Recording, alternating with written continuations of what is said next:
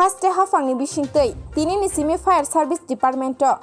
Fire fighter टे ड्राइभार्सनि जबनि बागै एप्लाइ खायजाकना कक दंमोनि फियाबा मोथागै रिजाखा बसकांनि चौमारिनो नासिगै इलेक्शन कमिशननि नोटिस रिमाबाय दिनै आम्बासिनि फायार सार्भिस अफिसाव एप्लाइ खायनाय फायनाय रकनो ते गुबुननि साला अंशिनाय हिनि साकलाय रिजाखा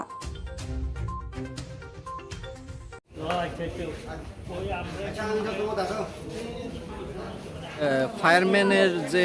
ইন্টারভিউ মানে ফর্ম জমা নেওয়ার কথা ছিল সেটা কি হয়েছে বা কি হয়েছে এখন? না, আমরা এক্সপার গাইডলাইন ইলেকশন কমিশন সেই গাইডলাইন অনুসারে যেহেতু গতকালকে রাত্রে প্রেস রিলিজ করেও ত্রিপুরা উপনির্বাচনের 4টা ঘোষণা দিয়েছেন, সে উপলক্ষে আমরা পূর্বেই ছিল এই ঘোষণাটা রিলিজ। তৎক্ষণাৎ সরকারি কোনো কাজ করা তো সম্ভব নয়,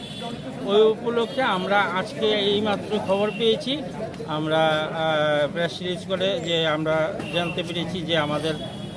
এই র্যালিটা বন্ধ করার জন্য।